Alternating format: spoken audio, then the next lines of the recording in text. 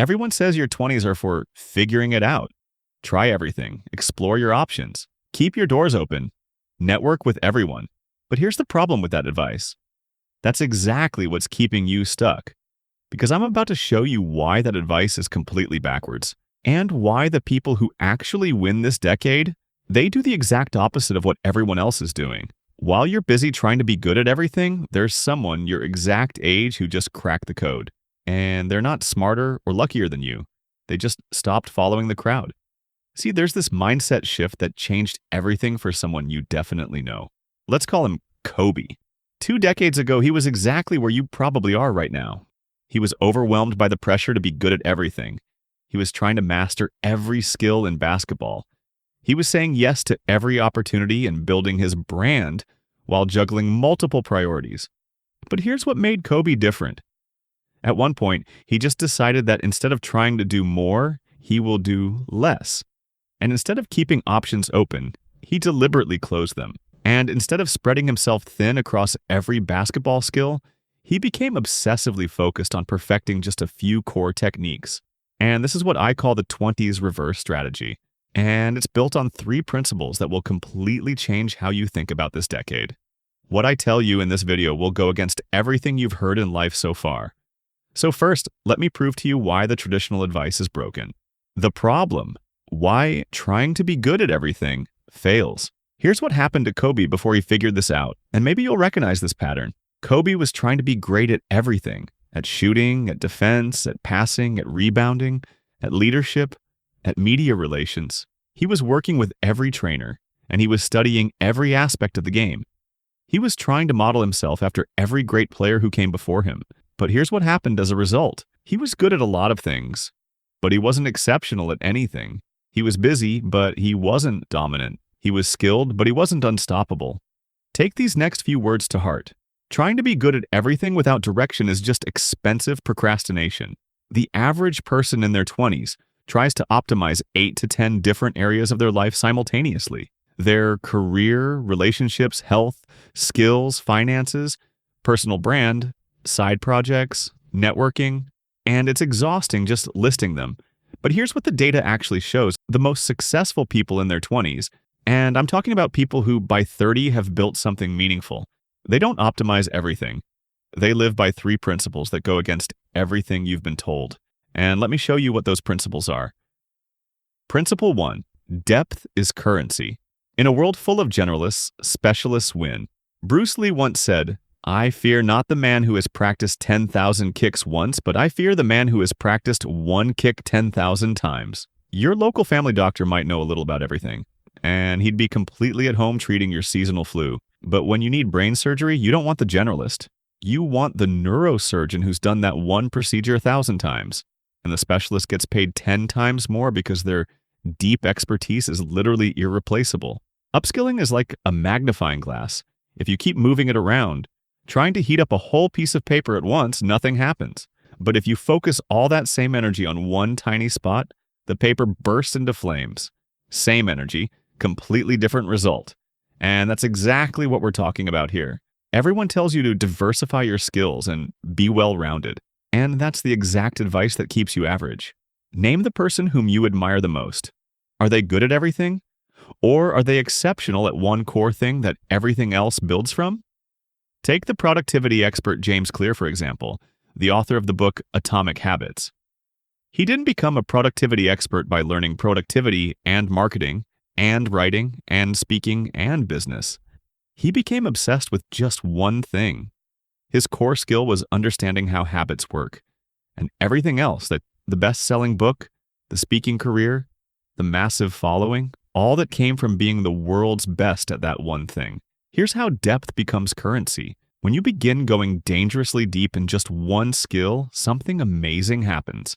You begin seeing opportunities that others completely miss, and when you know something deeply, you notice problems that surface-level learners don't even see. And everyday problems in your chosen field become opportunities wearing a disguise. And the added benefit is that you become extremely irreplaceable in a way that's almost unfair. Sure, companies can find other people who are pretty good at 5 different things, but finding someone who's incredibly exceptional at that one thing they need most, that's a completely different challenge, and that's why specialists earn the big bucks. But here's the part that really changes everything. By going deep, you develop what I call skill magnetism. And instead of you chasing opportunities, opportunities start gravitating toward you. People begin coming to you instead of the other way around. Instead of trying to master every basketball skill, Kobe became obsessed with one thing, perfecting his footwork and shot technique. That's it. Not flashy, not comprehensive, but incredibly valuable.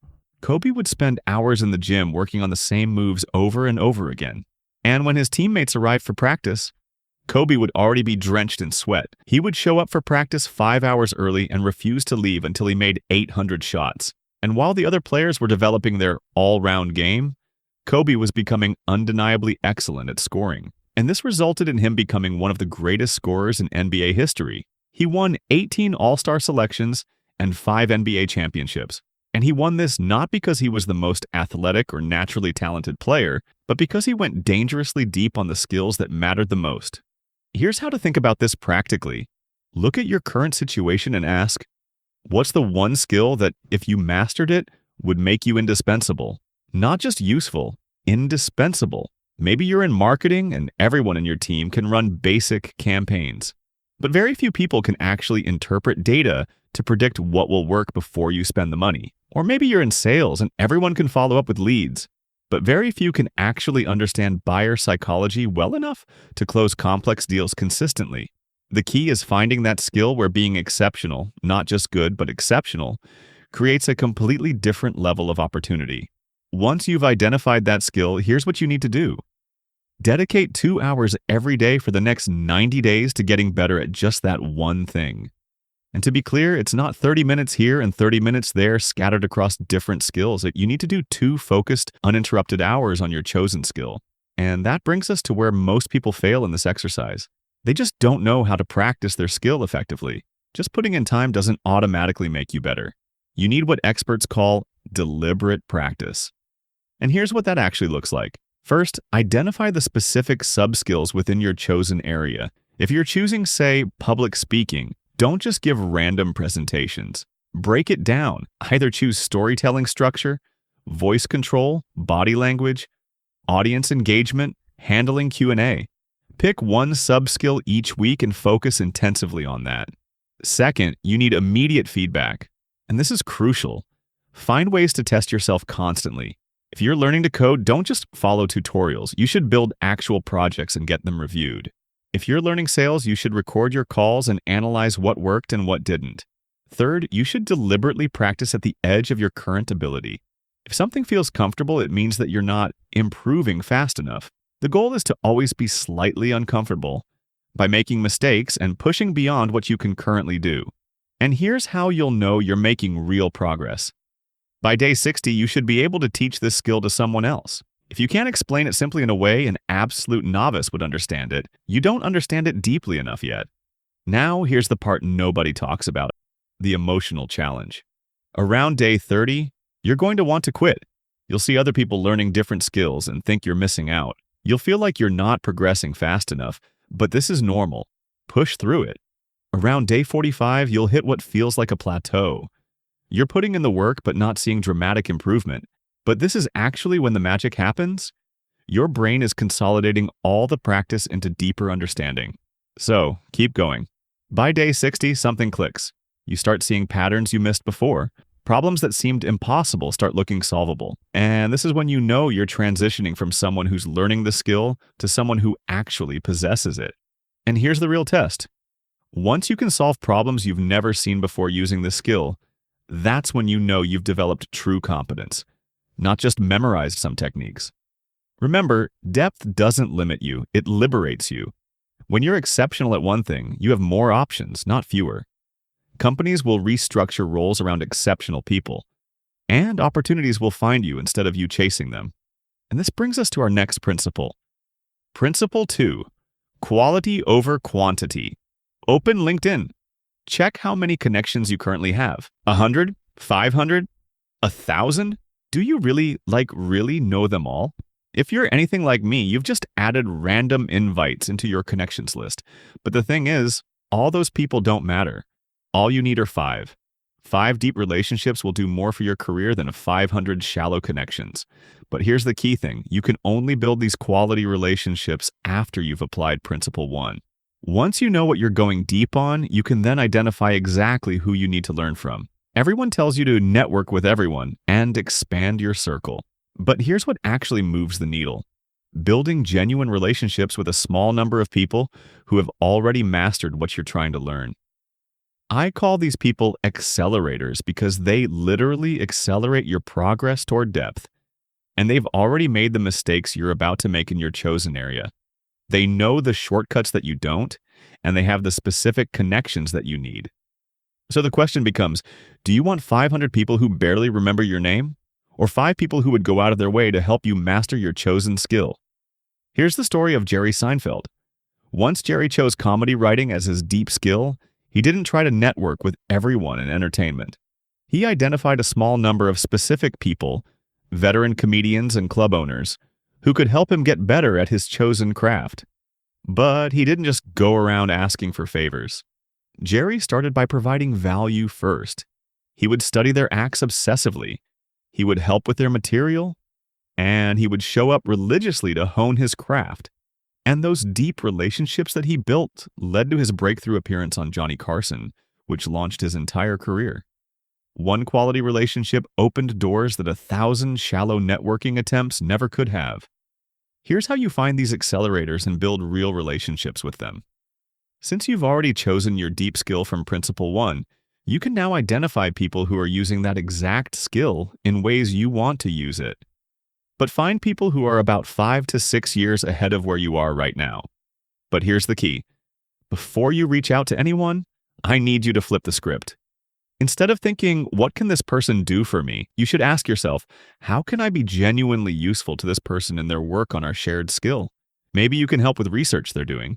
Maybe you can introduce them to someone in your network. Or solve a small problem that they're dealing with. Now, here's something that might surprise you.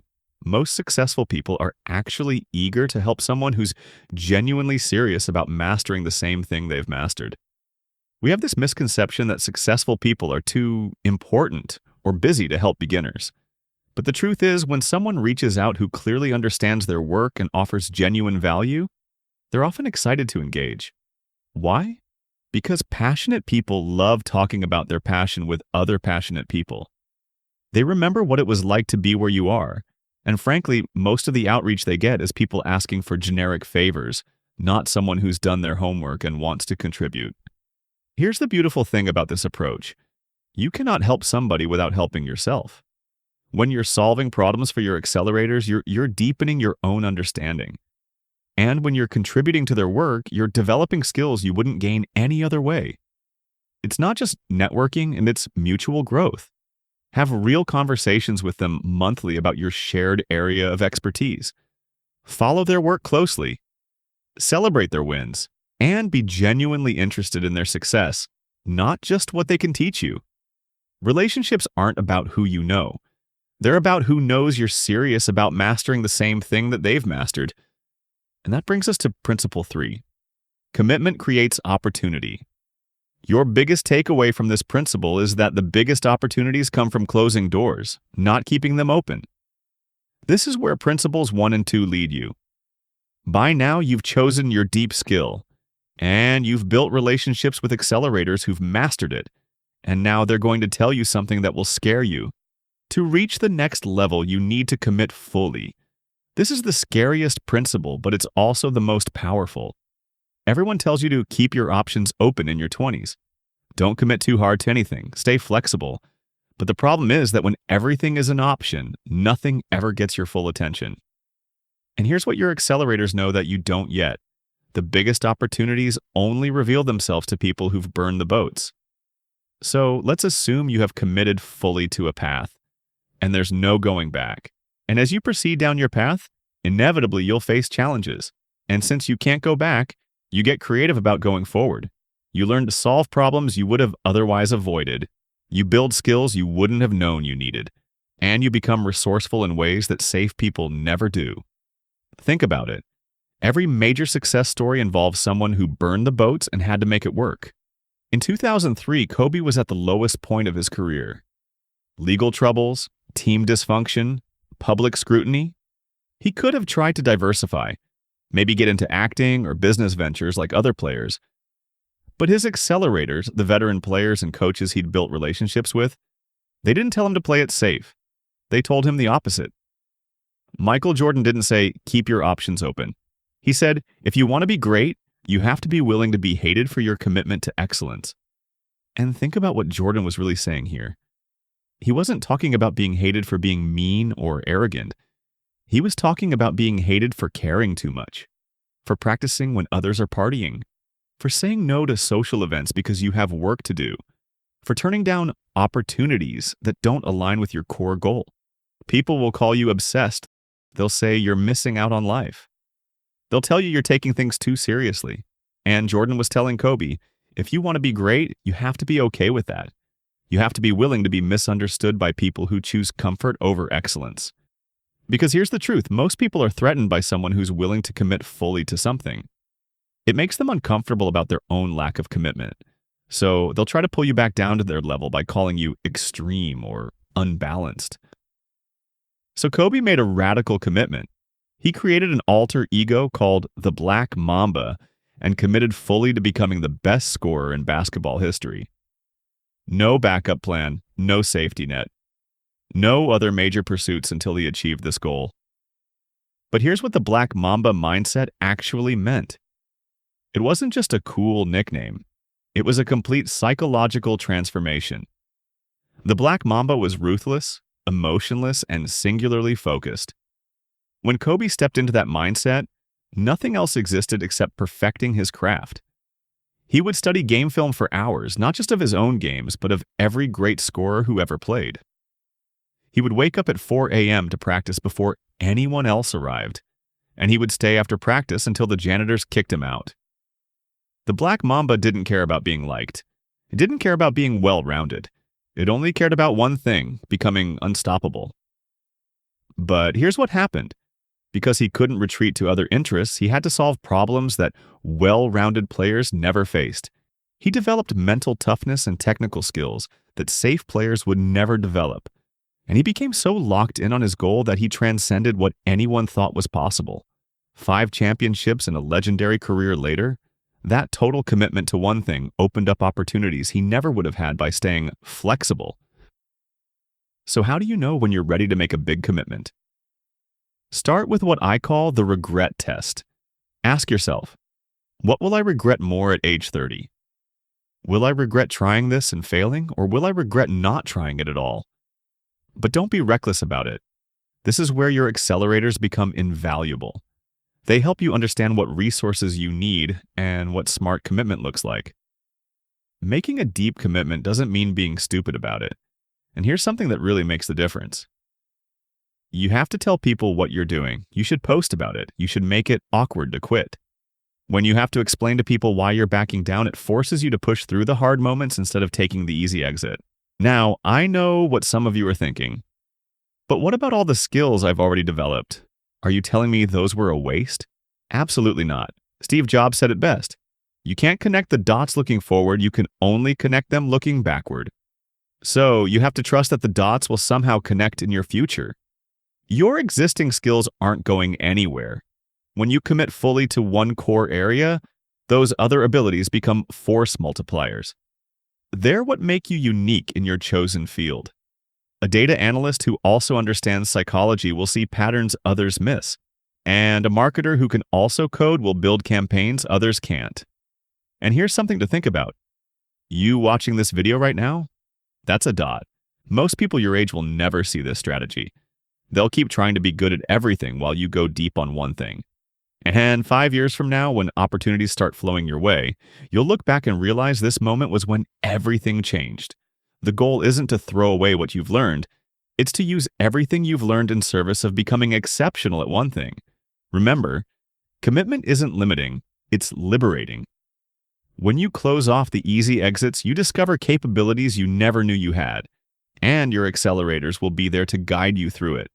The key insight: each stage builds on the previous one. Without deep focus, you can't attract quality mentors, and without quality guidance, you can't make smart commitments.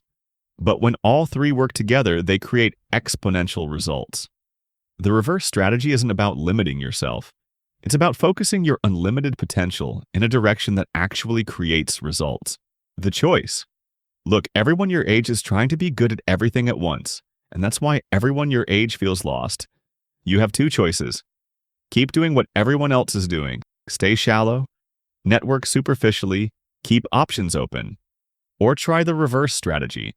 Go deep, build real relationships, commit fully. One path leads to wondering where your 20s went, and the other leads to actually building something meaningful. Your 20s are happening right now, and this choice doesn't wait. What's it going to be?